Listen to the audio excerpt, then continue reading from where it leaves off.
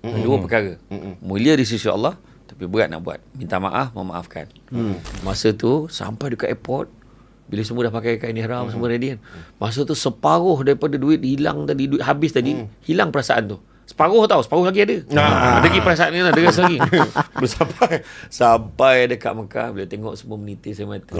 Sampai masa tu hilang rasa duit habis ni. Lantak kau lah, aku tak kisah dah.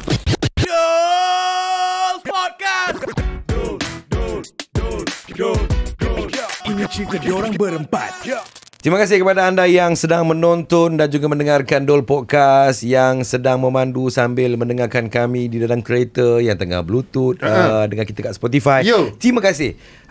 Dol Podcast ini dikayakan oleh Fokiok. Jadi kepada anda yang mungkin nak menambah income, pendapatan ataupun anda nak membina anda punya image diri, jangan lupa boleh follow Fokiok. Betul tu. Okay. Tadi Ustaz tanya Fokiok ni apa ke, ejaan dia macam mana? Macam mana ejaan dia Ji? Fokiyoks. Fokiok ni dia memang dahsyat lah. Dia tak malu dekat media sosial ni kan. Macam mana dia bagi tahu. Baru ni aku tengok dia dapat apa nama silver button.